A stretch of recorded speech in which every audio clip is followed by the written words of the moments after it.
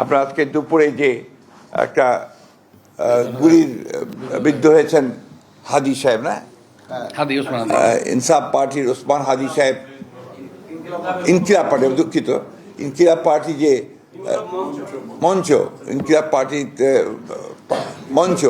মঞ্চের সম্ভাব্য প্রার্থী, তিনি গুলিবিদ্ধ হয়েছেন। এটা আমরা সাথে সাথে আমাদের ভারপ্রাপ্ত চেয়ারম্যান মহোদয় কন্ডেম করেছেন।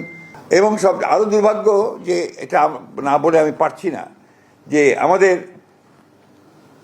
সিনিয়র একজন স্ট্যান্ডিং কমিটির সদস্য মির্জা আব্বাস সাহেব, তিনি দীর্ঘকালের একজন আমাদের এই বিএনপির আমাদের নেতা, তিনি নেতার ওই আসনে তিনি একজন প্রার্থী আমাদের। তিনি স্বাভাবিকভাবেই একজন রাজনৈতিক নেতা হিসেবে তিনি সহানুভূতি দেখানোর জন্য সাথে সাথে সেখানে ছুটে গিয়েছিলেন।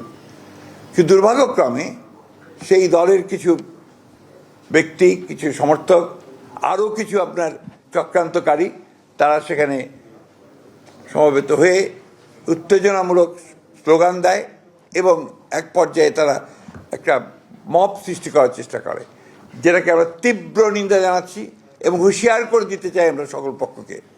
এই ধরনের আচরণ করতে গেলে বিএনপি বসে থাকবে না, বিএনপি তার জবাব সাথে সাথে দেবে।